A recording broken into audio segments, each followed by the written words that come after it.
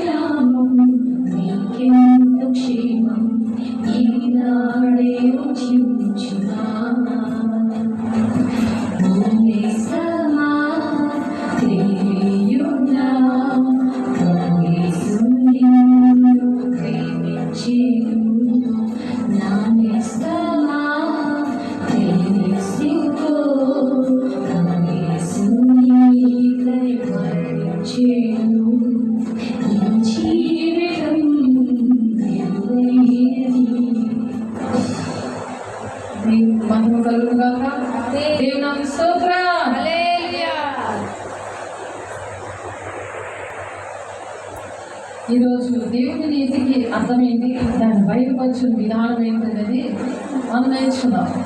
ఏంటి దేవుని నీతికి అర్థమేంటి, తర్వాత దాన్ని బయలుపరిచిన విధానం ఏంటి అని మనం నేర్చుకున్నాం.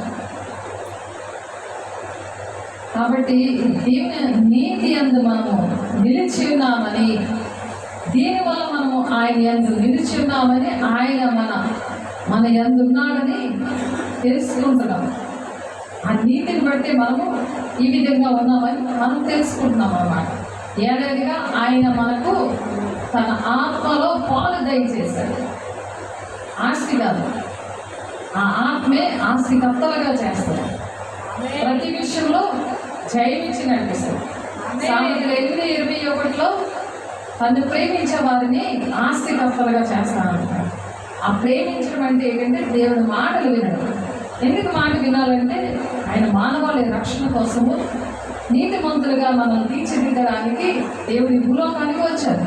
ఆయన మరణించాడు, తిరిగి లేచి మనతో ఆయన తండ్రి కుటుంబాశాలను కూర్చున్నాడు. ఆయన తండ్రి చిత్తాన్ని నెరవేర్చి అని మనకి సహాయం చేయడానికి పరిశుద్ధాత్మ దేవుడిని మనకి దయచేశారు.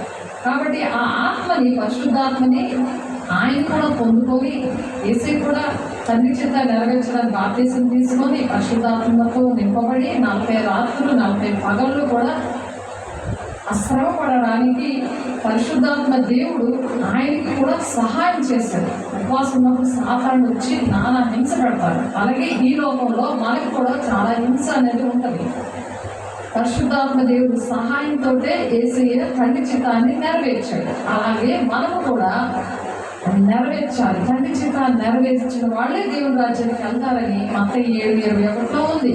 కాబట్టి దీనివల్ల మనము ఆయన యందు నిలుచున్నా మరియు ఆయన మన యందు ఉన్నాడని తెలుసుకొనిచున్నాము. ఎప్పుడైతే ఇలా బ్రతుకుతామో దేవుడు మాతో ఉన్నాడు, ఆయన తోడున్నాడు, నాకు భయం లేదు, చింత లేదు, నాకు దిగులు లేదు, ఎవరి మీద నేను ఆధారపడను, మనుషులు నమ్మటి కంటే రాజులు నమ్మటి కంటే యెహోవాను ఆశ్రయించిన మేలు, యెహోవాను ఆశ్రయించిన జనులు ధన్యులు, వారికి ఏ మేలు పొదువే ఉండదు అంటున్నాడు. కాబట్టి తన ఆత్మలో పాలు దయచేస్తున్నాడంట. అలాగా ఎవరైతే ఆయన నీతి గురించి ఆలోచిస్తారో, ఆయన ఎన్ని శ్రమలు పెట్టినా, ఎంత హింసించినా ప్రజలు స్వస్థతలు చాలా బెనిఫిట్లు దేవుడి దగ్గర పొందుకున్నారు. కానీ బెనిఫిట్లు అయిపోయాక దేవుడు మాకు ఏం చేశాడు, ఇంకా ఇవ్వలేదా, ఇంకా మాకు ఉద్యోగాలు రాలేదా, నా కొడుకు ఇంకా పెళ్ళి అవ్వలేదా, ఏంటి ఇలాగ అనేకమైన ప్రేయర్ లిస్ట్ పెడుతున్నారు. చాలా చెప్తారు, దేవుడిని నమ్ముకున్నా వేస్తే, నమ్ముకొని మనం ఏమి బాగుపడ్డాము, ఇలాంటివి చెప్తారు. ఎందుకంటే మర్చిపోతారు. ఎందుకంటే దేవుని ఆత్మలో పాలు వాళ్ళకి లేదు. ఎవరైతే దేవుని మాట విని దేవుడు లాగా తనను పోలి, దేవుడు పోలి నడమని చెప్పడానికి భూలోకానికి వచ్చి ఆయన మహిళలందరినీ విడిచిపెట్టి మనిషిలా వచ్చాడు. పశువుల పాపంలో జన్మించాడు. అందరికీ పేదవాళ్ళకి అందుబాటులో ఉండాలని. వాళ్ళని ఎవరూ అర్థం చేసుకోరు. దేవుడిని ఇప్పటికీ మోసం చేస్తున్నారు. అలాగే ప్రజలు కూడా, దేవుని పిల్లలు కూడా మోసం చేస్తారు. ఎందుకంటే వారికి దేవుని యొక్క ఆత్మలో పాలు లేదు. దేవుని సంగతులు దేవుని ఆత్మకే అవి అర్థమవుతాయి. ఎందుకంటే వాళ్ళకి అర్థం కావట్లేదు. ఎందుకంటే మనుషుల్లాగా ఉన్నారు కానీ దేవుడు మనసు కలిగి లేనందువల్ల వాళ్ళకి అర్థం అవ్వట్లేదు. ఈ విషయం ఎక్కడ ఉందంటే ఇప్పుడు చెప్తున్న మాటలు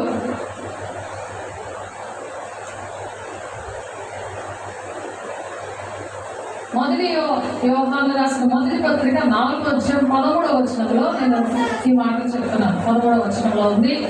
మీరు చూడండి, దాని ప్రకారం నడవడానికి దేవుని అడగండి, పరిశుద్ధాత్మ దేవుని సహాయాన్ని అడగండి. యేసు దేవుని కుమారుడని ఎవడు ఒప్పుకొనునో వానిలో దేవుడు నిలిచి ఉండును. దేవుడుగానే ఒప్పుకోలేనప్పుడు నువ్వు మనిషిగా నువ్వు ఎంత మంచివాడని నేను ఎవరు ఒప్పుకుంటారు, నేను ఎవరు గ్రహిస్తారు అని బాధపడద్దు. నువ్వు ఎన్ని మంచి పనులు చేసినా నువ్వు బాధపడదు. దేవుడిని ఒప్పుకోలేదు. ఇప్పుడు అందుకే దేవుడు మరియు తండ్రి తన కుమారుని లోక రక్షకుడుగా ఉండేందుకు పంపి ఉన్నాడు. నేను చూసి సాక్ష్యం చెప్తున్నాం, మనం చూసాం. దేవుడు రక్షకుడుగా మతం కులము భేదము లేకుండా దేవుడు ప్రేమామయుడిగా వచ్చాడు. తన ప్రేమ అనే ప్రాణాన్ని పెట్టాడు. ఆయన ఎవరైనా కడతారా? అలాగా రక్తమిచ్చి మనుషులు కొంటారా? మనుషుల యొక్క పాపముల నుండి విడుదల అనేది, పాప క్షమాపణ అనేది పరిశుద్ధ రక్తం ద్వారానే వస్తుంది. కానీ మామూలుగా ఎలా మనం ఎన్ని తిప్పలు పడినా, ఏ గంగల మిల్లు ములిగినా, ఏ బలేసినా, మేకలు కానీ గొర్రెలు కానీ దేన్ని బలేసినా, ఏ పౌరాలు కానీ బలేసినా, ఏది చేసినా జరగదు. అందుకని అవి కూడా పాపంతోనే పుట్టాయి. కాబట్టి పాపము లేకుండా పుట్టిన యేసయ్య ద్వారా మానవాళికి రక్షణ వచ్చింది. పరిశుద్ధ రక్తం ద్వారానే పాప క్షమాపణ అని గ్రంథాలు, వేద గ్రంథాల్లో రాశారు పెద్దలు.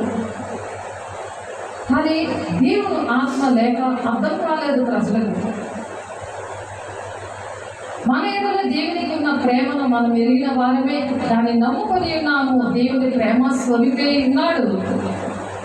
ప్రేమ యందు నిలిచిండేవాడు దేవుని యందు నిలిచున్నాడు, దేవుడు వారి యందు నిలిచున్నాడు. ఆ ప్రేమలో ఎవరైతే నిలబడతారో ప్రశాంతంగా ఉంటారు. దేవుడు ఎందుకు ప్రశాంతంగా ఉంటారంటే దేవుడు వాళ్ళలో ఉంటాడు, వాళ్ళు ఓర్చుకుంటారు. దేవుడు ఎలాగైతే ఓర్చుకున్నాడో ఓర్చుకుంటేనే కదా సహించగలరు. ఇతరుల బాధలు, ఇతరుల పాపాలు, ఇతరుల కష్టాలు ప్రాణం పెట్టడానికి ఓర్చుకుంటే కదా ప్రాణం పెట్టగలరు. అలా మనం ఓర్చుకోవాలట.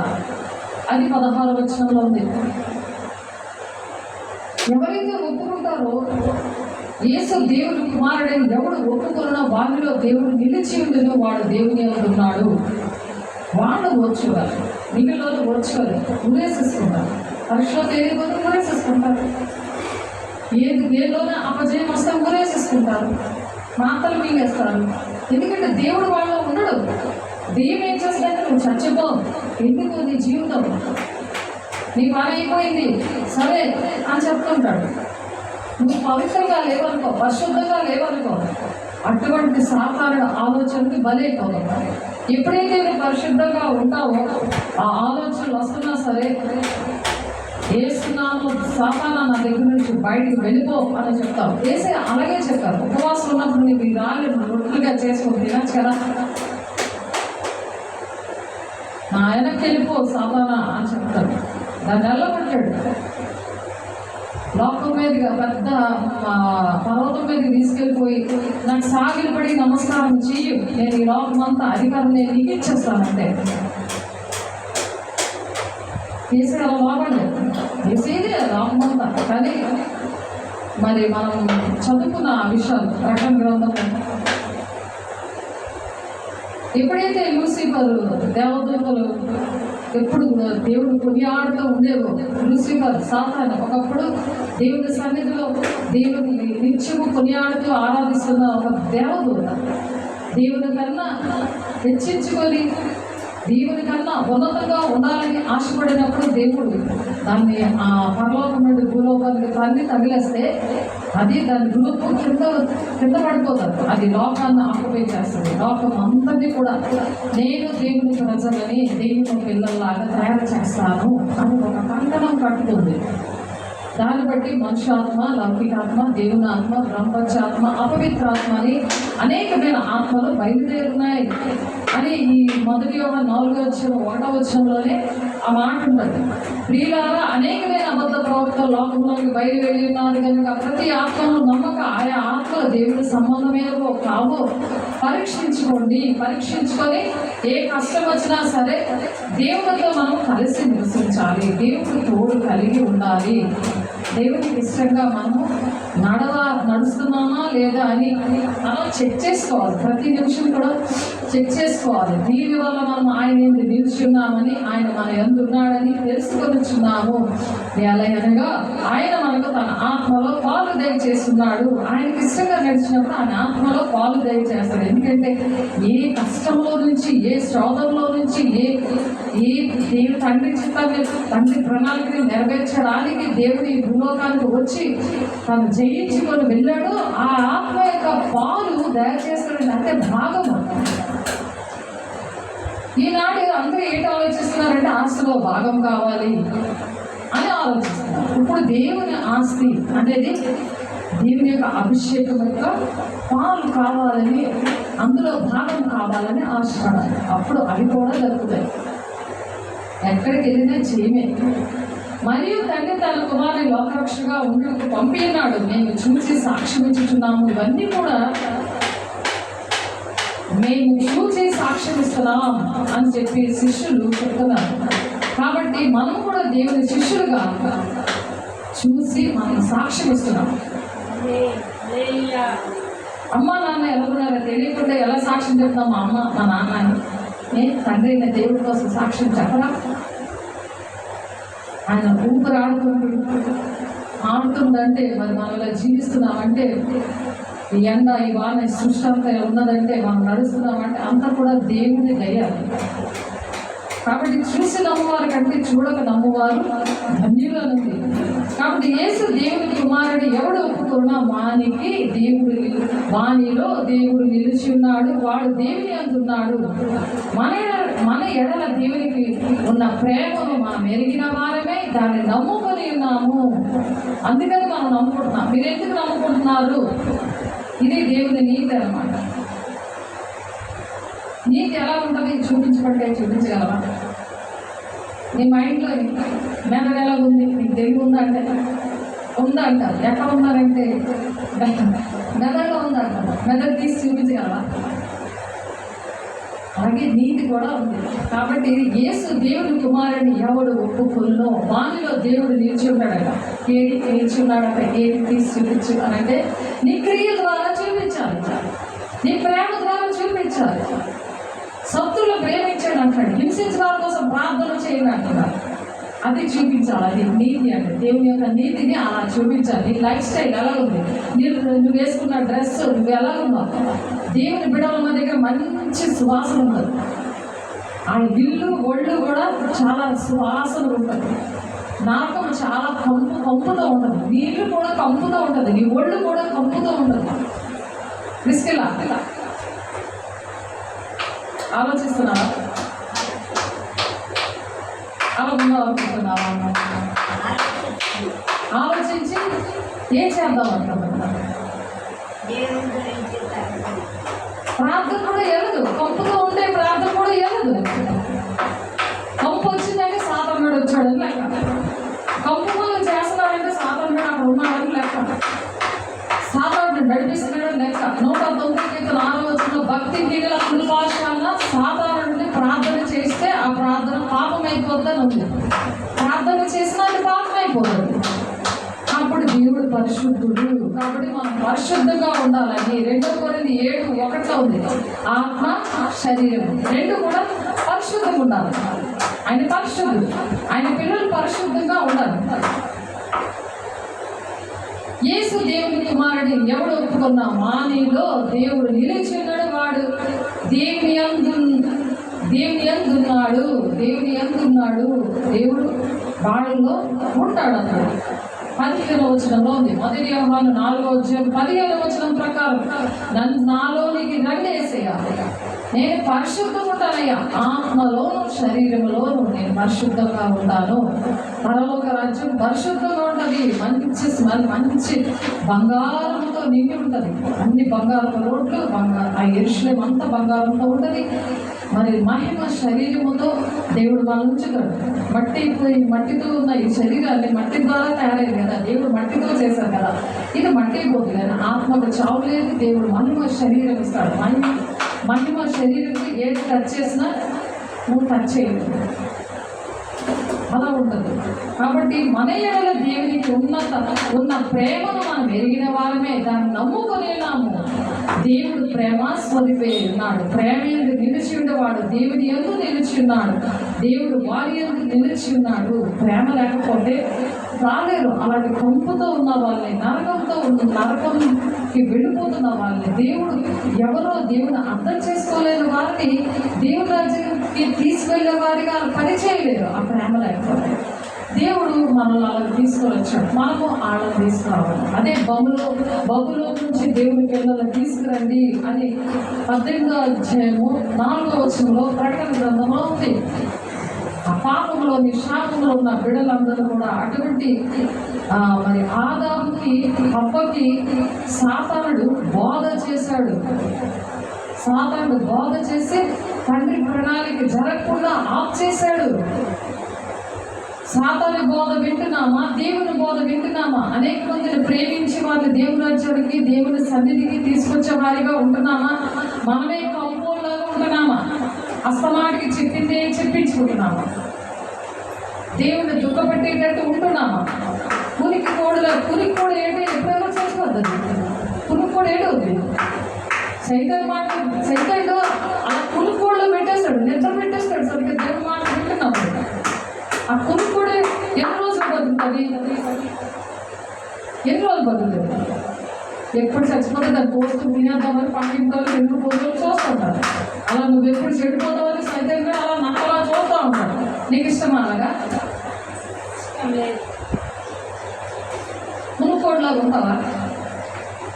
దేవుని బిడ్డగా దేవుడు నాలో ఉన్నాడు కాబట్టి నేను పరిగెడతాను. దేవుని పిల్ల ఆ పునుకోళ్ళు ఎక్కడున్నాయి అట్లా ముందేస్తాను, నేను పరిగెడతాను. ఆ కోళ్ళు ఎక్కడున్నాయి? పునుకోళ్ళు ఎక్కడున్నాయి? పునుగుతా ఉంటే చచ్చిపోతున్నారు చాలా మంది. కన్ను వేసి తీసి లోపల అనేక మంది పాతాళ లోకం అలా తెరుచుకొని ఉంది. వాక్యం ఉంది, పాతాళము నోరు ఇలా తెరుచుకొని ఉందట. అందులోని లక్షల మంది పోవటం మీద ప్రతి ఒక్క నిమిషానికి పడిపోతున్నారు. నిన్న దేవుడు లెక్క అడుగుతాడు, పేరు ప్రతి ఒక్కరిని లెక్క అడుగుతాను అంటున్నాడు. తిని పడుకుంటున్నావా? టీవీని చూసుకొని, పనులు చేసుకొని, రాజ్యం పట్టుకొని అసమాటికి నాకు బెడ్డే కావాలి, నాకు నిద్రే కావాలి, నాకు తిండే కావాలి అన్న వారి కోసం మొదట నీతిని, రాజ్యాన్ని వెతకండి. మీ పనులకు తెలుసు మీకేది కావాలంటున్నాడు ఆయన.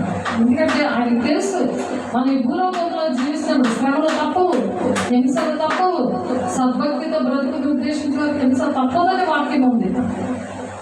ఆ హింసలన్నీ దేవుడు ఎలాగైతే జయించాడో, తండ్రి చిత్తాన్ని ఏ విధంగా జయించాడో, నన్ను పోలి నడవండి, మీరు నాకన్నా గొప్ప కార్యాలు చేస్తారంటున్నారు. ఆయన ధైర్యం ఇచ్చి నడిపిస్తున్నాడు.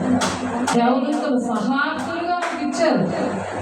సహాయానికి దేవదూతలు పంపిస్తున్నాడు. అలాగే చేయాలి. మనం దేవదూతల సహాయంతో మనం చేయగలుగుతున్నాం. తీర్పు దినమందు మనకు ధైర్యం కలుగునట్లు దీనివల్ల ప్రేమ మనలో పరిపూర్ణము చేయబడి ఉన్నది. ఈ విధంగా ప్రతి ఒక్కరిని ప్రేమించాలి. అది మతము, కులము, భేదం లేకుండా ప్రతి ఒక్కరిని ప్రేమించి వాళ్ళకి ప్రేమగా దేవుని ప్రేమను రుచి చూపించాలి. జలంతో ఉన్నవాడికి ఊసేస్తుంటాడు, నువ్వు ఏది పెట్టినా ఊసేస్తుంటాడు. కాదు ఇది బాగుంటుంది తిను అని ఎలాగైతే బతుకులాడి పెడతాం అలా చచ్చిపోతారు. తినకపోతే చచ్చిపోతారు. అలాగే దేవుని యొక్క ఆహారం, దేవుని యొక్క మాటలు, తండ్రి యొక్క చిత్తము ఏముందో అది మనం తెలుసుకొని ఆ రుచి చూసాం కాబట్టి భూ సంబంధమైన మీద మనసు పెట్టుకోకుండా పరలోక రాజ్యానికి వెళ్ళే సూచనలు ఈ అంచెతనాల్లో అనేకమైన భయంకరమైన పరిస్థితులు జరుగుతున్నాయి. కాబట్టి గబగబా ఇంట్లో భౌతికమైన పనులు చేసుకొని ఇటువంటి పనికి బయలుదేరాలి. దేవుడి పిల్లలు ఎక్కడున్నారు? ఎవరు పాడైపోతున్నారు? ఎవరు కష్టాల్లో ఉన్నారు? ఎవరు పేదరికంగా ఉన్నారు? ఎవరు కన్నీళ్ళతో ఉన్నారు? ఎవరు ఇబ్బందుల్లో ఉన్నారు? ఎవరికి స్వస్థత కావాలి, అనారోగ్యంతో ఉన్నారు? ఎవరు డబ్బులు లేకుండా దరిద్రంతో ఉన్నారు? ఎవరు రోగులై ఉన్నారు? ఎవరు దెయ్యాల పట్టి ఉన్నారు? వాళ్ళకు నువ్వు అడుగు పెడితే అక్కడ దేవుడు సహాయం చేస్తారు. నీతోడు దేవతలు సమూహం వచ్చి సహాయం చేస్తారంటాడు. నేను ప్రాక్టికల్గా నేను చెప్తున్నాను. నేను అలా చేసి నేను చెప్తున్నాను. యెషయా 60 అధ్యాయంలో ఉన్నది ఆ మాట. ఒక మనిషిని 1000 మందిగా చేస్తాడంట. ఒక మనిషి ఉంటే చాలు, 1000 మంది నీతో వస్తారు. నువ్వు అడగాలి, దేవదూతల సమూహం నాకు కావాలి ప్రభా, దేవదూతలకు సహాయంగా రండి. పరిశుద్ధంగా ఉంటే వస్తారు, దేవుడి మాట వింటే వస్తారు. సాతానుడు నువ్వేదైనా తప్పు చేస్తా, నువ్వు చేయలేవులే, నువ్వే చేస్తావు. నీ బలహీనత, నీకు బలంగా లేవు, నువ్వు నడవలేవు, నీకు డబ్బు లేవు, నీకు ఇన్ని పనులు ఉన్నాయి, ఇవన్నీ సాతానుడు ఇలాగా నిన్ను తొలుస్తూ ఉంటాడు. దేవుడి పిల్లల దగ్గరికి వెళ్ళలేకుండా, దేవుడి ప్రణాళిక నెరవేర్చకుండా అవన్నీ యేసు నామములో పొమ్మనాకి చేస్తున్నానని దాన్ని గద్దించి, దేవా నాకు సహాయం చేయి, నీ ప్రణాళికలో నేనున్నా, నీ చిత్తమేట నన్ను వాడుకో అని చెప్పి బయలుదేరాలి. అప్పుడు తీర్పు దినమందట మనకు ధైర్యం కలిగినట్లు దీనివల్ల ప్రేమ మనలో పరిపూర్ణము చేయబడుతుంది.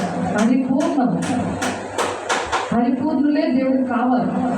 నమ్ముకుంటే సరిపోదు. నమ్ముకున్న వాళ్ళైతే సగం బాటలు, ఫుల్ బాటల్ ఏంటిది, ఫుల్గా ఉండాలి, పరిపూర్ణత ఉండాలి. ప్రతి దాంట్లో సగం ముక్క తింటారా? యాపిల్ ముక్క సగం ముక్క నువ్వు తినేసేస్తే తింటారా? సగం బాటలు తాగేసేస్తే నువ్వు తాగుతావా? అది మర్యాద. మరి దేవుడి విషయంలో నువ్వు సంపూర్ణంగా దేవుడికి కావాలి. నువ్వు సగం లోకం, సగం దేవుడికి. రోజంతా నీ ఇంట్లో పనులు చేసుకొని నువ్వు లోకంతో ఉండి లోకవార్తలు వెతుకుంటూ అందరి విషయాలు నీకు కావాలి, కానీ దేవుడి విషయం వద్దా? దేవుడు నీ కోసం ప్రాణం పెట్టాడా? మనుషులు పెట్టారా? మనుషుల సంగతులే నీకు కావాలి. మొత్తం సెల్ఫోన్ అంతా ఏడ్చేయడమే, టీవీ అంతా చూసేయడమే, ఎక్కడ ఏడు జరిగిపోతున్నాయి అన్నీ కావాలి. అవన్నీ కూడా ఫేస్బుక్లో పెట్టి కూడా మళ్ళీ ఎక్కడికి వెళ్తారు చెప్పు, ఎక్కడికి వెళ్తారు? స్టేటస్లో పెడతారు. అన్నీ కూడా చూడాలి. నీ స్టేటస్ ఏంటి పెట్టాలి స్టేటస్లో, అంటే నీ రేంజ్ ఏంటి అది దేవునికి చూపించాలి. నీ రేంజ్ ఏంటి, నువ్వు ఎవరి పిల్లవి అది నీ స్టేటస్లో పెట్టుకోవాలి. నువ్వు ఎవరివి, నీ దేవుని బిడ్డని అని నేను చూసినా రుజువుపరచుకోవాలి. సెల్ చూసినా, నిన్ను చూసినా దేవుని బిడ్డ, పలానామే పలానాతన దేవుని బిడ్డ అమ్మో అని దేవుని చూసి అలా భయం కలిగితే అది మనం చూసి అసహ్యపడకూడదు. మనం చూసి ఏంటంటే దేవుడి పిల్లలు పంపు పిల్లలు అని అనకూడదు. మరి అనకూడదు. దేవుడి చేతిలో ధనగంతం దేవుని చేతిలో ఉన్నాయి. ఆయన ప్రేమించే వారిని ఆస్తికర్తలుగా చేస్తానంటాడు. నీటి మొదలు నీళ్ళు ధననిధి అని ఉంది కీర్తన 37వ అధ్యాయంలో. తెలుసుందా? ఆత్మీయ ధనం ఎక్కడ ఉందో శరీర ధనము కూడా అక్కడే ఉంటుంది. దేవుడు నన్ను అలా పోషిస్తున్నాడు, నన్ను అలా పెంచుతున్నాడు. నేను ప్రాక్టికల్గా నేను అనుభవించి చెప్తున్నాను మాటలు. ప్రేమలో భయం ఉండదు. అంతేకాదు పరిపూర్ణమైన ప్రేమ ఏం చేస్తుందట? భయాన్ని వెళ్ళగొడుతుందట. పరిపూర్ణమైన ప్రేమ, ప్రతి ఒక్కరిలో పరిపూర్ణమైన ప్రేమ ఉండాలి. తీర్పు దినమందు మనకైతే ధైర్యం కలిగినట్లు దీనివల్ల ప్రేమ మనలో పరిపూర్ణం జరుగుతుందట. ఏమి జరుగుతుంది? పరిపూర్ణం జరుగుతుంది. మనం ఎప్పుడైతే దేవుని పనులు చేస్తుంటామో అప్పుడు పరిపూర్ణం జరుగుతుంది. నువ్వు దేవుని పనులు చేయకపోతే సగం బాటల్లాగే ఉంటావు. ఎవరు నిన్ను చూడరు, నిన్ను పట్టించుకోరు, నువ్వంటే భయమేదు.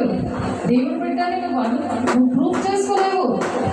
దేవుడు అనుకుంటే సరిపోదు, ప్రజలు కూడా మనుషులు ఎందు దేవుని ఎందు నీ ప్రవర్తన జాగ్రత్త అంటున్నాడు. కాబట్టి ప్రేమ మనలో అప్పుడు పరిపూర్ణం అవుతుంది. ఎప్పుడైతే నువ్వు ఎదుటి వాళ్ళ విషయాలు నువ్వు ప్రేమిస్తావో, ఎంతసేపు నువ్వే చెప్పించుకోవడం కాదు, నీ దగ్గరికి అందరూ రావడం కాదు. నీ దగ్గరికి వస్తే మరి 200 దగ్గరికి వెళ్ళడం ఆగిపోతుంది కదా. అస్తమాటికి నీ దగ్గరికి వచ్చి నువ్వు ఎలా ఉన్నావు, ఏది అన్నీ చేసుకోవడం, అన్నీ చెప్పించుకోవడం చేయకూడదు. పదమ్మా అది వాళ్ళు బాగాలేదు, పదాన్ని నువ్వు కూడా కలిసి రావాలి.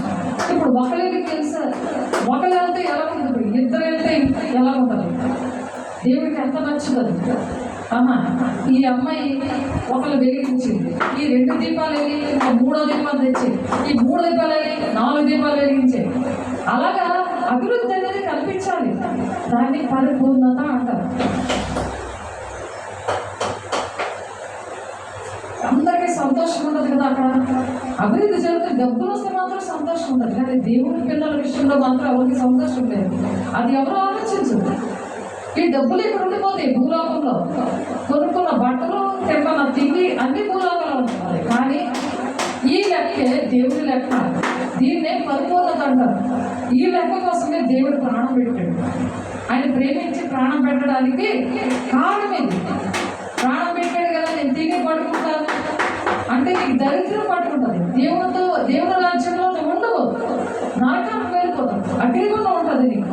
దేవుడు నమ్ముకున్నా వేస్టే, బాప్తిసం తీసుకున్నా వేస్టే, చచ్చిపోయి కూర్చున్నా వేస్టే. కాబట్టి క్రియలు అడుగుతున్నాడు దేవుడు. ఒక చెట్టు, ఒక విత్తనం వేసామంటే దాని పండు కావాలని ఎలా అయితే మనం ఆశిస్తామో, దేవుడు కూడా తన రక్తం ఇచ్చి కొన్నాడు అని అంటే మన ద్వారా కొంతమంది పిల్లలు కావాలి ఆయనకి. ఎందుకంటే దుష్టుడు ఆయన పిల్లలను పాడు చేసేసాడు. దేవుడి మాట వినకుండా పరలోక రాజ్యం భూలోకంలో తీసుకొద్దామని దేవుని యొక్క ప్రణాళిక అయితే, ఆ దేవుని రాజ్యమే భూలోకంలో లేకుండా దాని రాజ్యం అయిపోయేలాగా వాడు వెచ్చవేడిగా ఆనందిస్తుంటే, గంతులు వేస్తుంటే అది ఎంత మనకు బాధకరం. మనం ఎంతగా తిని పడుకొని అర్హత మనకు ఉందా? దేవుడి దగ్గర కన్నీరు కాచి దేవుడి పిల్లల విషయంలో ప్రయాసపడాలి. దేవదూత వాళ్ళకి సహాయం చేస్తుంది. దేవుడు తిని పడుకోలేదే, రాత్రంతా దేవుడి దగ్గర పోజాడాడు. దేవా, ఈ గిన్నె నీకు ఇష్టమైంది గిన్నె నా అద్దరిని తీసివే, నేను భరించలేకపోతున్నాను. ఒక మనిషి మానవ రక్షణ కోసం ప్రాణం పెట్టడం అంటే మాటల కష్టమే. కానీ దేవుడి దగ్గర అడగాలి. ఆ శక్తిని కోసం దేవుడు ఎలాగైతే అడిగాడు యేసయ్య, అలాగే మనం కూడా అడగాలి. అడిగినప్పుడు దేవుడు ఏ విధంగా శక్తి ఇచ్చాడు? 8 అంగుళాల మేకులు వేస్తే మనం ప్రాణం పోతాం. ఆయన ఎలాగా భరించాడు? మానవ శరీరంతో త్యాగం చేశాడు కదా, తన జీవితాన్ని త్యాగం చేశాడు కదా, తన శరీరాన్ని జీవితాన్ని త్యాగం చేశాడు కదా, నిద్రని ఆకలిని అన్ని త్యాగం చేశాడు కదా. అంత చేయని మనం కొంచెమని చేయగలం కదా. ఆయన పోలి నడవడం అంటే చిన్న పిసరైనా మనం ఆయన పోలి నడవాలి కదా. దేవుడు ఆశపడుతున్నాడు. ఇటువంటి ప్రేమలో భయం ఉండదట. 18వ వచనం, మొదటి యోహాను 4వ అధ్యాయం 18వ వచనం. ప్రేమలో భయం ఉండదు. అంతేకాదు, పరిపూర్ణమైన ప్రేమ ఏం చేస్తుంది? ఈ పరిపూర్ణమైన ప్రేమ భయాన్ని వెళ్ళగొట్టేస్తుందట. నీకు ఏ విషయంలో భయం ఉంది? నేను ఎలా నన్ను దేవుడు ఎలా నేను ఎలా బ్రతుకుతాను, నేను ఎలా పోషించబడతాను, నా బిడ్డలు ఎలాగా, నా భర్త ఎలాగా అని చింత ఉండకూడదు. ఎందుకంటే ఈ పరిపూర్ణమైన ప్రేమ ఏం చేస్తుంది? ఇటువంటి భయాన్ని ఏస్తున్నాలో వెళ్ళగొట్టేసింది. నాకు మీకు కూడా ఎలాగొట్టేసింది, నాకు ఎలాగొట్టేసింది. ఆ భయం లేదు నాకు. దేవుడు చూసుకుంటాడని, నన్ను పోషించేవాడు ఆయన, నాకు భర్త ఉన్నాడు ఆయన. యెషయా 57:15 ఉంది, నేను పోషించేవాడు నీకు భర్త ఉన్నాడని నాకు 99లో నాతో మాట్లాడారు. 1999లో నేను పరిశుద్ధాన్ని పొందుకున్నప్పుడు దేవుడు మాట్లాడాడు. నేను అప్పటి నుంచి కూడా నేను అంత సీనియారిటీతో నేను చెప్తున్నాను ఈ మాటలు. నేను అనుభవించి నేను చెప్తున్నాను ఈ మాటలు. భయముడుగా అని చెప్తున్నాను. భయం దండనతో కూడినది. కొడతేనే ఎవరికైనా భయం వేస్తుంది. అమ్మో వాడు కొడతాడేమో అనేసి. భయం ఏంటంటే దండంతో కూడింది. కానీ ఇక్కడ ఏంటంటే భయపడేవాడు ప్రేమను పరిపూర్ణం చేయబడిన వాడు కాడు. అంటే కొట్టి తిట్టి తెచ్చుకోలేదు కాదు ఈ ప్రేమని. తెలుస్తుందా?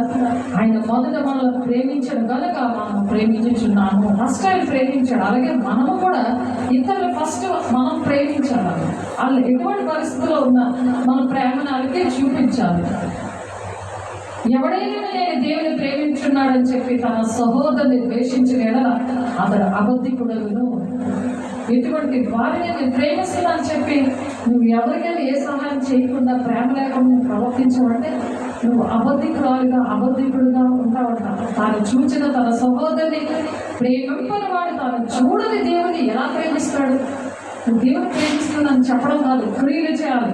ఇతరులను ప్రేమిస్తున్నావు అనుకో, నీ సహోదరులు వాళ్ళు ముసలిలే కావచ్చు, చిన్నపిల్లలే కావచ్చు, మగోళ్ళే కావచ్చు, ఆడవులే కావచ్చు, వాళ్ళు ప్రేమించామనుకో అంటే వాళ్ళకి రెండు మాటలు చెప్పడం, వాళ్ళకు ఏ బాధలో ఉన్నారో వాళ్ళకి సహాయం చేయడం, అలాంటివి చేసావనుకో దేవుడిని ప్రేమించినట్లేక దేవుని స్తోత్రం. అది పరిపూర్ణమైన ప్రేమ. నీతి అంటే నోట్లో చెప్పాలి, హక్కుల. ఎందుకంటే ఎప్పుడైతే దేవుడిని మహిమపరుస్తాం అప్పుడు దేవుడు ఆ పరిపూర్ణమైన ప్రేమ నీలో నింపేస్తాడు. ఆమేన్. నింపుతాడు. ఎవరైతే రెస్పాండ్ అవుతారో వాళ్ళలో దేవుడు అది నింపేస్తాడు. దేవుని ప్రేమించేవాడు తన సహోదరుడు కూడా ప్రేమింపగలను. ఆజ్ఞను మనం ఆయన వలన ఈ ఆజ్ఞలు మనము దేవుడి దగ్గర పొందుకున్నాం. అలా పొందుకున్నాం. కాబట్టి అలా పొందుకోవాలని దేవుడు ఆశపడి ఈ మాటలు చెప్తున్నారు. కాబట్టి మనం ఇంకొక మాట చూసుకొని ముగించేస్తున్నాం. దేవుని నీతికి ఏంటంటే ఆధారము రోమ పత్రికలో ఒక మాట చూసుకొని ముగించేద్దాము. పరిపూర్ణమైన ప్రేమ అంటే నీతి, దేవుని యొక్క నీతి కోసం మనం నేర్చుకుంటాం. రోమా పత్రిక మీకోసం 3వ అధ్యాయం 21వ వచనం నేను చదువుతున్నాను. జాగ్రత్తగా వినండి, మనసులో ముద్రించుకోండి, దేవుని దగ్గర ఒక తీర్మానం చేసుకోండి. 3వ అధ్యాయం 21వ వచనం చెప్పండి. రోమా పత్రిక 3వ అధ్యాయం 21వ వచనం. ఇట్లుండగా ధర్మశాస్త్రం వేరుగా దేవుని నీతి బయలుపడుచున్నది. దీనికి ధర్మశాస్త్రమును ప్రవక్తలను సాక్ష్యం ఇచ్చుచున్నారు. ఈ విషయాల్లో ప్రవక్తలు సాక్ష్యం ఇస్తున్నారు. ధర్మశాస్త్రం వేరుగా దేవుని నీతి బయలుపడుతుందన్నమాట.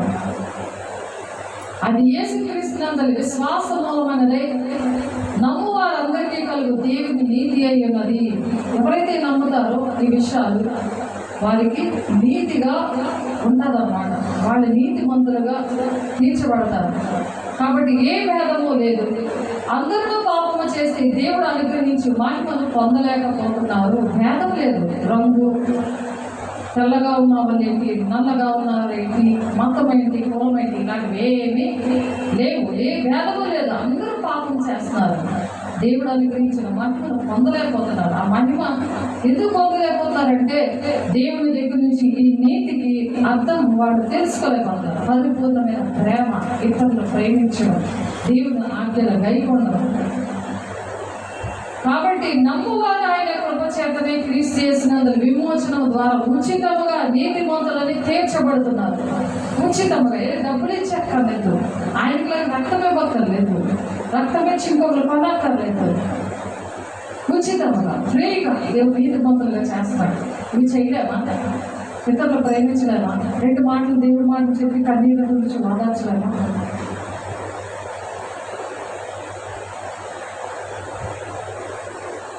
కాబట్టి ఈ విధంగా విశ్వాసము ద్వారా ఆ దేవుని రాజ్యానికి వచ్చిన వాళ్ళు కొంతమంది బైబిల్లో భక్తులు ఉన్నారు. ఆ భక్తుల కోసం మీరు ఇంటికి వెళ్ళి చదవనా? ఇప్పుడు 2 చదివేసి నేను ముగించేస్తాను. హెబ్రీయులకు రాసిన పత్రిక మరి 15వ అధ్యాయంలో మొత్తము ఆ విశ్వాసం ద్వారా నీతిమంతులుగా కొంతమంది భక్తులు దేవుడు విడలగా ఉన్న వాళ్ళ విషయంలో ఒక రోల్ మోడల్గా నిలబడిన వాళ్ళ విషయంలో మనము నేర్చుకుందాం. చాలాసార్లు మనం చెప్పుకున్నాం. మరొకసారి దేవుడు భయం లేకుండా, దేవుడు తోడు మనతో ఉన్నాడని, ఏ విషయంలో కూడా బాధపడకుండా దేవుడి విషయాలు మనకి నేర్పిస్తున్నారు. హెబ్రీయులకు రాసిన పత్రిక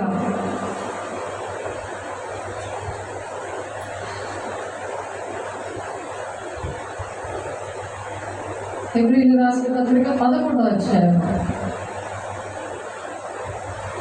విశ్వాసములని నిరీక్షించబడి వాటి యొక్క నిజ స్వరూపంలో అదృశ్యమైనవి ఉన్నమనటకు రుజువునై ఉన్నది.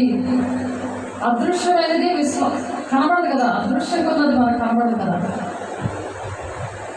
మన కడుపులో ఉన్నప్పుడు అమ్మ నాన్న ఎవరైనా తెలుస్తారా? అలాగే అదృశ్యమైంది కదా, మనం లేవు కదా అప్పుడు. అలాగే విశ్వాసం అనేది, నిరీక్షణ అనేది, ఈ విశ్వాసము నిరీక్షణ వల్లే దేవుని రాజ్యానికి వెళతాం. కాబట్టి ఈ విశ్వాసం అన్నదంట అదృశ్యమే ఉన్నాడు అందుకు రుజువునైనది. దాన్ని బట్టి పెద్దలు సాక్షిస్తున్నారు. అంటే ముందు ఈ విశ్వాసం మూలంగా మొదటి రాకడలో ఆ పెద్దలందరూ కూడా మన ప్రపంచంలో దేవుని వాక్యం వల్ల నిర్మాణమై ఉన్న మరియు అందరి బట్టి దృశ్యమైన కనబడేది పదార్థంలో చే నిర్మింపబడలేదని విశ్వాసంతో గ్రహించుచున్నాము. ఒక పదార్థం కాదు ఇది. విశ్వాసం అనేది కనబడదు. గాలి ఎలా కనబడుతుందో అలా కనబడదు. గాలి కనబడదు కదా, అలా కనబడదు. విశ్వాసం బట్టి హేబేలు కయ్యూరు కంటే శ్రేష్టమైన బలి దేవుడికి అర్పించాడు. శ్రేష్టమైన బలి. ఇద్దరు బలి అర్పించారు, కానీ శ్రేష్టమైన బలి దేవుడికే తెలిసింది. కానీ మనం దేవుడి దగ్గర ఎలా ప్రార్థన చేస్తున్నాం అనేది దేవుడికి అర్థమవుతుంది. మనకు కూడా అర్థమవుతుంది. నేను ఎలా ప్రార్థన చేశాను, కపటంతో చేశానా, మనుషులు బోధపట్టుకుని శరీరానుసారమైన అడుగుతున్నానా, ఆత్మ సంబంధమైన పైన వాటి కోసం నేను వెతుకుతున్నానా, అవి గమనించుకోవాలి. అటువంటి అర్పణ అంట విశ్వాసం బట్టి హేబేలు కయ్యేలు కంటే శ్రేష్టమైన బలి దేవునికి అర్పించాడు. మరి దేవుడు అతని అర్పణను గురించి సాక్ష్యం ఇస్తున్నాడు. అతడు ఆ విశ్వాసం బట్టి నీతిమంతుడని సాక్ష్యం పొందుకున్నాడు. అలాగే మనం కూడా నీతిమంతులుగా ఇతరులు మన కోసం సాక్ష్యం చెప్పాలి, దేవదూతలు మన కోసం సాక్ష్యం చెప్పాలి. కాబట్టి అతడు ఆ విశ్వాసం బట్టి నీతిమంతుడని సాక్ష్యం పొంది ఆయన చనిపోయాడంట. చనిపోయినా సరే ఆయన కోసం మనం ఎలా చెప్పుకుంటాం? అలాగే మనం చనిపోయినా సరే నీతిమంతులు, మా అమ్మ 80 సంవత్సరాలు ఉంది, మా అమ్మ చనిపోతే చాలా మంచిది అని చెప్పుకోవాలి. అంతేకాని చచ్చిపోయింది రా బాబు, దంట్లో వదిలిపోయింది అని ఇప్పుడే చెప్పుకుంటే మరి చచ్చిపోతే ఇంకెలా చెప్పుకుంటారు? ఆలోచించమ్మా. అప్పుడు దేవుని రాజ్యం కూడా ఉండదు కదా. మనుషులు దయంతో, దేవుని దయంతో మనం వర్ధిల్లుతూ ఉండాలి.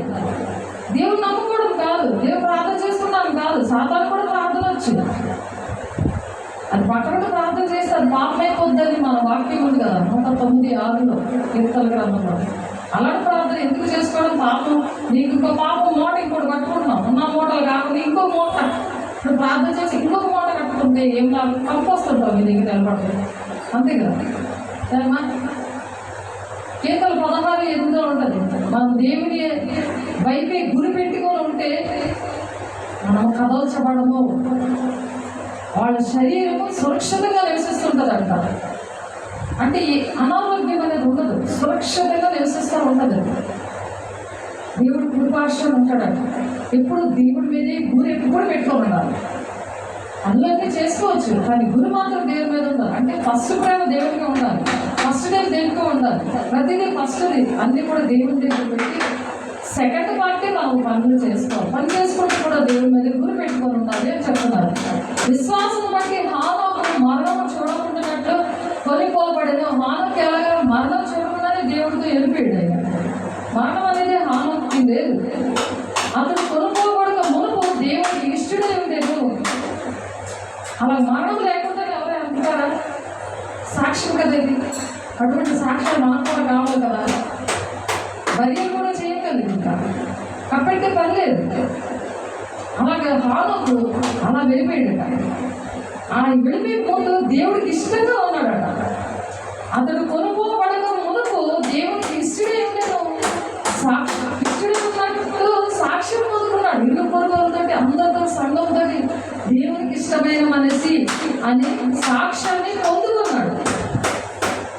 మనం పొందుకోవాలా లేదా? మనం బతుకుంటాగా మన కోసం మంచి సాక్ష్యం రావాలా లేదా? దేవుడికి అవమానకరం ఉంటామా? ఆలోచించండి. కాగా దేవుడు అతన్ని కొనిపోయిన కనుక అతడు కనబడలేదు, కనిపించలేదు. అతను దేవుని రాజ్యంకి వెళ్ళిపోయాడు చక్కగా డైరెక్ట్గా. విశ్వాసం లేకుండా దేవుడికి ఇష్టడే ఉండట అసాధ్యం.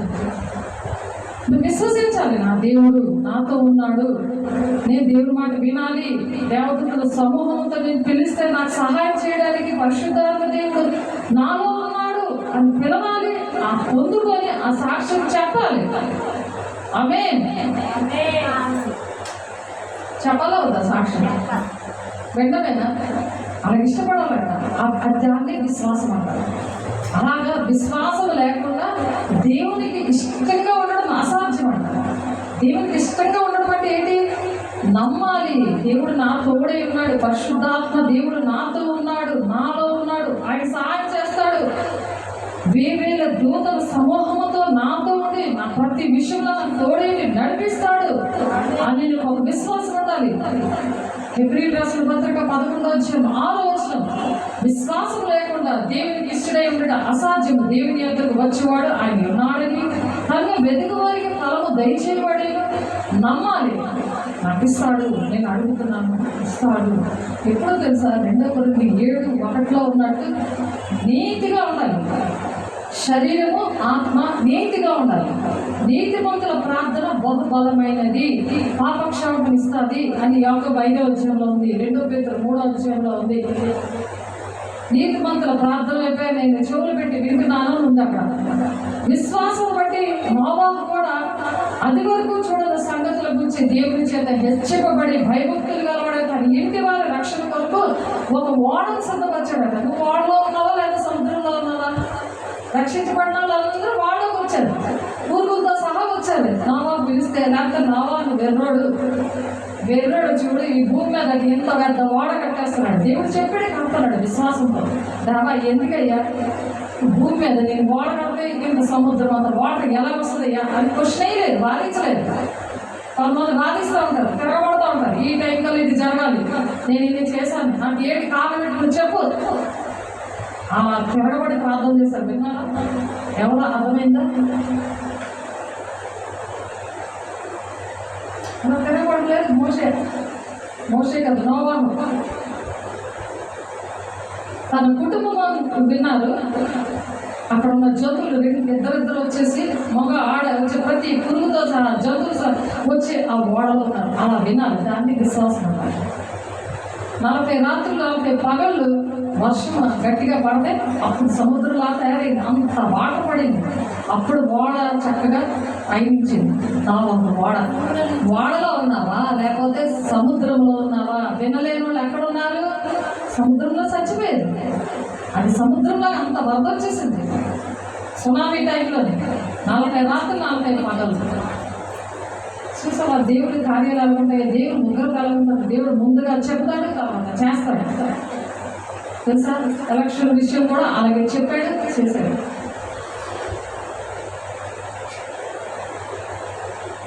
విశ్వాసం బట్టి నోవాహు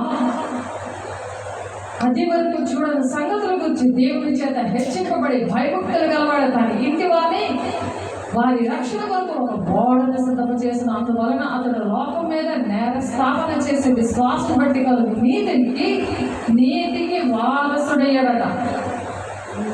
నీతికి వారసుడు. మా వంశం పోయిన కూడా చచ్చిపోతే ఏడుస్తాడు, అంతేనా? అబ్రహాము పిలువబడినప్పుడు విశ్వాసం బట్టి ఆ పిలుపునకు లోబడి తాను స్వాచ్ఛంగా పొందనై ఉన్న ప్రదేశానికి బయలుదేరాడు. మరి ఎక్కడికి ఏంటి అని అడగకుండా బయలుదేరాడు అబ్రహాము. మరి ఎక్కడికి వెళ్ళాలన్నా అది ఎరుగగా బయలుదేరాడు. దేవుడు చెప్పాడంటే వెళ్ళు అంటే వచ్చాడనే. ఇంట్లో వాళ్ళు ఎంత ఆటంకపరిచినా సరే నేను విజయనగరం వైజాగ్ దేవుడు తీసుకొచ్చేసాడు. దేవతలు సమూహంతో తీసుకొచ్చాడు. నా కొడుకు చనిపోయినా సరే వంశోద్ధారకుడు. 3వ రోజు చనిపోయిన 3వ రోజు నేను సేవలో ఉన్నాను. పాస్టర్తో సహా అందరూ ఆశ్చర్యపడతారు. ప్రవచనంతో దేవుడు చెప్పారు, నీ కొడుకు దేవుని రాజ్యంలో ఉన్నాడు, బాడీ దగ్గర ఉన్న వాళ్ళు అందరూ కూడా చూస్తారు. నేను చేస్తున్న ప్రతి 5 పరిచర్యల్లో కూడా 5 నిమిషాల పరిచర్లో ఉన్న నా ఆత్మీయ పిల్లలు అందరూ చేశారు. బాబు దేవుని రాజ్యంలో ఉన్నాడని. నీకు అనేకమైన పిల్లలు ఇస్తాను అన్నారు. అలాగే నాకు పిల్లలు ఇచ్చారు, అనేకమైన పిల్లలు. మా అత్త అడిగింది, నువ్వు ఆపరేషన్ అయిపోయింది, పిల్లలు ఎలా పడతారని. అప్పుడే ఒక అబ్బాయి సురేష్ అని ఒక అబ్బాయి మిలిటరీలో చేసిన అబ్బాయి, మమ్మీ నేను నీకు చర్చ విషయంలోనే మళ్ళీ సేవ విషయంలోనే ఇంటి విషయంలోనే బాధ్యత వహిస్తాను అని చెప్పాడు. అన్యుల అబ్బాయి వెంటనే వాడికి ఇష్టంగా బాప్తిజం తీసుకున్నాడు. వాడు బాప్తిజం తీసుకోగానే నా దగ్గర వెంటనే 5 స్టార్స్ వాడి మీద పడుతున్నాడు. దేవుడు వాడికే చూపించాడు. వాడే ఇప్పుడు నేను ట్రాక్లో పాడుతున్నాను కదా, ప్రతి పాటలో వాడే నేర్పించాడు నాకు. ప్రతి విషయంలో నా తోడుంది. నా బండి ఎలా ఉంది, ఏంటి బండి బాబు నా బాబు నేర్పించి నాకు వెళ్ళిపోయాడు. గంటలో నాకు ఇప్పటికీ 10 సంవత్సరాల వరకు కూడా నాకు వ్యాలిడిటీ ఉంది నా లైసెన్స్కి. 2000 వాడు 17 years చనిపోయాడు. ఇప్పుడు చనిపోయి ఇది ఇప్పుడు మే వస్తే ఇప్పుడు ఎంతంటే 5వ సంవత్సరం వచ్చింది. ఆలోచించండి, ఒకే ఒక బాబు చనిపోయాడు. ఆ పాస్టర్ గారు ఇక్కడ ఉన్నారు, చనిపోయి 2 రోజులు అవుతుంది, ఇక్కడ ఉన్నారు, ప్రార్థన చేయండి అని పాస్టర్ మీటింగ్లో నా కోసం చిన్న స్లిప్ తీసుకెళ్ళి ఇచ్చారు. పాస్టర్ మీటింగ్లో ఇంటి మీద చుట్టాలు ఉన్నారు. వంశం పోయిందని బాధపడకుండా ఎవరు సహాయం చేశారు? సంపూర్ణంగా ఉన్న నాతోటి ఆ దేవతల సమూహం వచ్చి నన్ను ఎంతవరకు యవ్వన బిడ్డల మీద పిల్లలంటే నాకు చాలా ఇష్టం. సేవ పెరిగిపోయింది. దేవుని యొక్క ప్రేమ ఎంతో పెరిగింది. ఆయన పరిపూర్ణమైన ప్రేమ. అందుకే దేవుడు నమ్ముకున్నాను, నేను ఇంత సేవ చేస్తాను, నా ద్వారా దేవుడు ఇన్ని అద్భుత కార్యాలు చేశాడు. ప్రేరాలు 99లో ప్రార్థన చేస్తే వేసే రక్తంగా మారి అనేక మందికి నేను ప్రేయర్ బాటిల్ కొనిసిస్తే ఎంతో మంది స్వస్థతలు పొందుకున్నారు. ఎంతో మంది దేవుడు అద్భుత కార్యాలు చేశారు ఫోన్లో. కానీ తండ్రి ప్రణాళిక ఒకలాగా ఉంది. నేను అందరికి ఇచ్చి నేను ప్రేయర్ కరెక్ట్గా వాడు నోట్లో పోతామనేసరికి నా చేతులు నా ద్వారానే నేను ప్రేయర్ చేస్తేనే ప్రేయర్ ఆయిల్ చేసే రక్తం మారుతుంది. అలాంటిది నా చేతిలో ప్రేయర్ ఆయిల్ లేదు ఆ రోజు. కానీ నేను బాగుపడలేదు. దేవుడికి చెప్పమే వాడు 2వ క్లాస్ చదువుతున్నప్పుడు దేవుడికి చూపించారు. అది నెరవేర్పు జరిగిపోయింది 17వ సంవత్సరం వేసరికి. అంతవరకు ప్రార్థన కరెక్ట్గా చేయలేదు.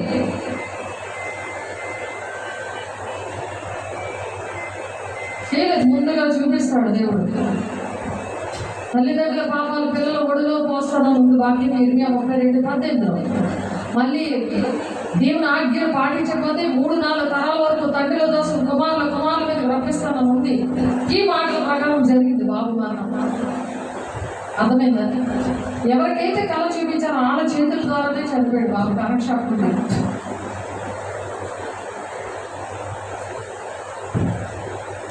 కానీ దేవుని రాజ్యంలో ఉన్నట్టు దేవుడి బాడీ దగ్గర ఉన్నట్టుగా బాడీ దగ్గర ఎవరైతే ఉన్నారో వాళ్ళందరూ చూస్తారన్నారు. వాళ్ళందరూ చూసారు. ఆ ప్రవచనం నెరవేరిపోయింది. దేవుని పిల్లలకి అనేక పిల్లలు ఇస్తున్నారు. అది కూడా నెరవేరిపోయింది. ఏంటంటే దేవుని పరిపూర్ణత ఎవరిలో ఉండాలో వాళ్ళకి ఏ పిల్లలకి బాధ కలిగినా నా పిల్లలకి బాధ కలిగింది అని వేదన వస్తుంది. వాళ్ళు ముసలోళ్ళే కావచ్చు, వాళ్ళు చిన్నపిల్లలే కావచ్చు, పెద్దలు కావచ్చు. వాళ్ళ వయసు తారతమ్యం లేకుండా నా పిల్లలు అని నేను ఎందుకు పిలవగలుగుతున్నానంటే అది కాదు. మా పాప రత్నగిరిలో ఉంటుంది. అందరి పిల్లలు అని పిలుస్తారు మమ్మీ అని. నాతో మాట్లాడే నీకు టైం ఉండదంట. దానికి బాప్తిజం వచ్చింది. మా ద్వారా దేవుడు బాప్తిజం వచ్చాడు. నీకు 3 మంది పిల్లలు ఉన్నారు. నాతో మాట్లాడి నీకు టైం ఉండదు డాక్టర్.